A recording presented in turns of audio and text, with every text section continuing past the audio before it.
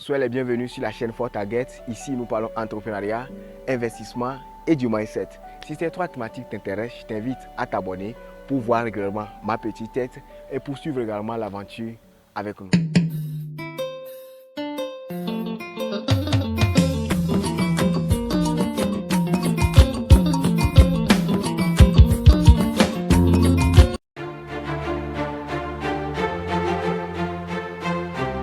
Dans cette nouvelle vidéo, nous allons voir les raisons pour lesquelles nous devons entreprendre. Pourquoi on doit entreprendre dans le domaine agricole? Pourquoi toi, tu dois te lancer aussi dans le domaine agricole? Comme on peut le constater, nous sommes sur un nouveau site. Comme on peut le remarquer, nous sommes sur un nouveau site. Et cet site-là nous a été gracieusement, une fois encore, attribué par une personne de bonne volonté. Je ne sais pas quoi dire, mais dans les jours à venir, cette personne-là se prêtera à cet exercice. Elle viendra sur cette chaîne se présenter si elle le veut bien. Grâce à elle, nous avons encore cet espace-là qui nous est donné. On va essayer de la mettre en valeur. Comme on peut le remarquer, il y a de l'herbe. Regardez ici. Il faut filmer ici. Regardez. Donc tout cet espace-là sera mis en valeur. Vraiment, il y a un peu de boulot, mais ça va aller les amis. Regardez aussi de ce côté-ci. Nous avons déjà quelques palmiers qui sont là. Les palmiers qui sont là. Ça manque vraiment d'entretien. Donc nous allons essayer de mettre tout cela au propre. Et après avoir mis tout cela au propre, on va essayer de voir quoi mettre sur ce terrain. Car je suis convaincu que c'est en entreprenant dans le domaine agricole que nous pouvons avoir notre autonomie alimentaire. Pourquoi nous devons investir dans l'agriculture? Investir dans l'agriculture, ce n'est pas forcément prendre la roue, prendre le daba et aller au champ avec le coucou pour désherber et faire les champs champêtres. Non. Ce n'est pas seulement ça qui est l'agriculture. Dans l'agriculture, il y a d'autres secteurs. Et le premier secteur que nous devons attaquer, c'est le secteur des cultures de vivre les amis. Culture de vivre, bon, c'est tout ce que nous pouvons consommer directement sur place. Prenons par exemple le maïs. On a besoin du maïs. Regardez, le maïs, on en a besoin. On a besoin du maïs. On a besoin du manioc. On a besoin du manioc. On a besoin de l'haricot. On a besoin de l'arachide. On a besoin du riz. Lorsque nous allons cultiver ces différentes cultures, les gens seront prêts à consommer cela. Actuellement même, il y a une inflation, il y a une cherté de la vie qui ne dit pas son nom. Donc, si nous investissons dans les cultures de vivre, nous pouvons apporter un coup de pouce au travail que le gouvernement est déjà en train de faire. Nous pouvons déjà lutter contre la famine, les amis. Mais par contre, bon, lorsque nous allons investir dans le coton, mes amis, qui mange le coton? Ou bien on mange le coton directement? Personne ne mange le coton directement. Quand vous allez investir dans le cacao, c'est vrai, le cacao, le coton, les VA, le café, tout ça c'est rentable les amis. Mais qui mange ça directement? On ne mange pas ça directement. Les prix même ne sont pas contrôlés par nous. Nous ne contrôlons pas les prix. C'est l'État de l'autre côté, l'autre État. Je ne veux pas dire son nom ici. C'est eux qui imposent le prix. Comment moi, je vais suer, labourer, et toi, tu vas venir acheter, tu vas m'imposer ton prix. Non. Mais le maïs, les amis, je vends au prix que je veux. L'arachide, je vends au prix que je veux.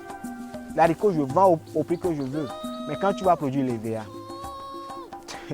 tu ne peux pas imposer le prix parce que tu n'as pas le contrôle sur ça. Donc, je vous invite, les amis, à vous lancer massivement dans la culture de vivre. C'est un domaine très rentable, les amis. Deuxième raison pour que tu puisses investir dans l'agriculture, c'est que l'agriculture en Afrique ou bien dans nos pays est sous-valorisée. L'agriculture est sous-valorisée. Pourquoi c'est sous-valorisé?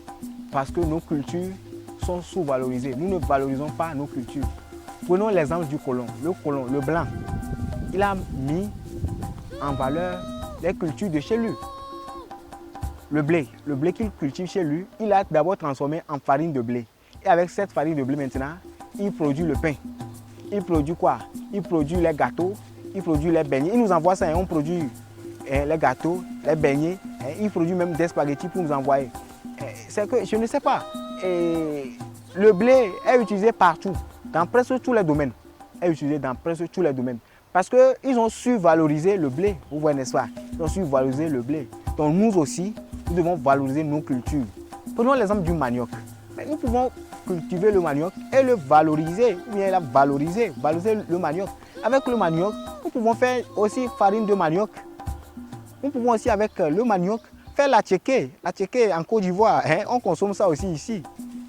Nous pouvons aussi faire, je ne sais pas, du vin de manioc. Oh, c'est très doux, c'est très doux.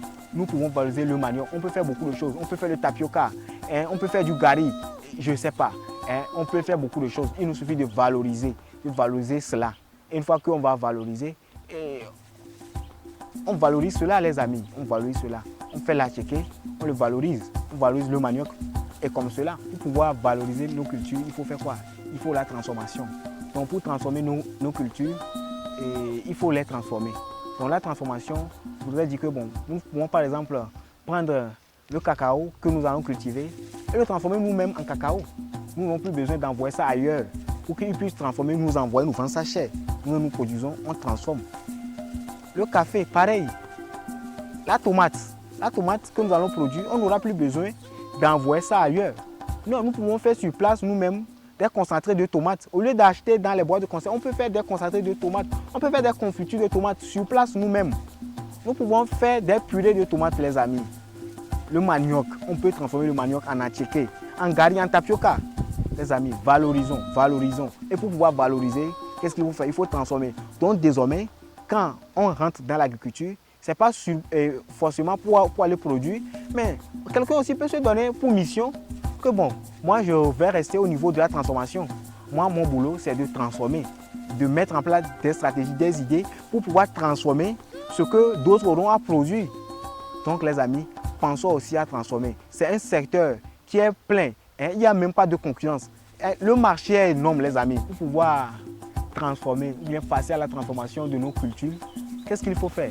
Il faudra mécaniser notre agriculture, la mécaniser. Ce n'est pas faire l'agriculture intensive comme ils l'ont fait de l'autre côté, parce qu'ils sont maintenant en train de revenir sur notre modèle maintenant. Non, on doit essayer de mécaniser un peu.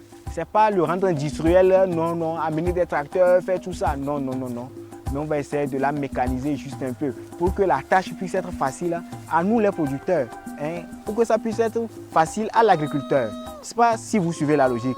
Le but est que nos ingénieurs, nos techniciens, nos grands ingénieurs, nos grands techniciens puissent se mettre ensemble, mettre en place des machines, mettre en place des semences qui peuvent apporter un plus dans notre agriculture à nous. Donc, on n'a pas forcément besoin de venir au champ pour pouvoir apporter un plus à l'agriculture. En étant ingénieur, en étant technicien, déjà dans ton bureau, dans ton laboratoire, tu peux apporter un plus à l'agriculture. Donc ce secteur aussi, on a vraiment besoin de beaucoup de monde là-bas. Pour pouvoir faire tout cela, pour pouvoir mécaniser, pour pouvoir valoriser, pour pouvoir transformer, pour pouvoir faire tout cela, on a besoin de quoi? On a besoin du financement. Donc le financement, le gouvernement ne fera pas tout. Le gouvernement aussi fait pour lui, mais le gouvernement ne fera pas tout. Donc nous pouvons nous mettre ensemble, 5 personnes, 3 personnes, 2 personnes déjà, pour pouvoir, en premier lieu, acheter des terres, acheter des terres cultivables, les amis. Parce que nous avons encore des terres cultivables chez nous. Donc on se met ensemble pour pouvoir acquérir des terres cultivables. On se met ensemble pour pouvoir l'exploiter. Si nous-mêmes on ne peut pas l'exploiter, qu'est-ce que nous pouvons faire, les amis? On peut financer d'autres personnes pour pouvoir exploiter cela. L'argent que nous allons déposer sur nos comptes bancaires, que les banques vont prendre pour aller faire du trading et venir nous donner des miettes, on peut prendre cela et investir dans l'agriculture. Ça aide déjà ceux qui vont y travailler et ça apporte un plus. Je suis convaincu que lorsque nous aurons à produire tous, par exemple, beaucoup de maïs, il y aura beaucoup de maïs sur le marché. Et qu'est-ce qui va se passer? Lorsqu'il y aura l'offre sera supérieure à la demande, les prix baissent, les amis. Lorsque chacun va commencer par produire, par exemple, maintenant du manioc, on va produire du manioc en quantité. Qu'est-ce qui va se passer? L'offre sera énorme à la demande. Et une fois que l'offre est énorme ou bien l'offre est supérieure à la demande, ça fait que le prix baisse. Une fois que le prix va baisser, les amis, le coût de la vie, la cherté de la vie, tout ça là, ça va diminuer. Tout peut être abordable à tout le monde. Donc je vous invite les amis à financer aussi. Donc si tu n'es pas dans le domaine agricole, tu n'as pas sûrement besoin d'aller au champ. Non, même avec l'argent, tu peux financer d'autres qui ont des projets d'agriculture. Tu peux les financer. Tu peux financer la jeunesse, les jeunes, ceux qui ont des projets d'agriculture, des projets d'élevage. Tout ça, on a vraiment besoin de financement. Le gouvernement fait déjà sa part, mais le gouvernement ne peut pas tout faire. Le gouvernement ne peut pas tout faire. Les banques, ils ont besoin de garanties pour pouvoir octroyer les prêts. Or, on a besoin de financement. Ciao, ciao les amis. Les aventures continuent.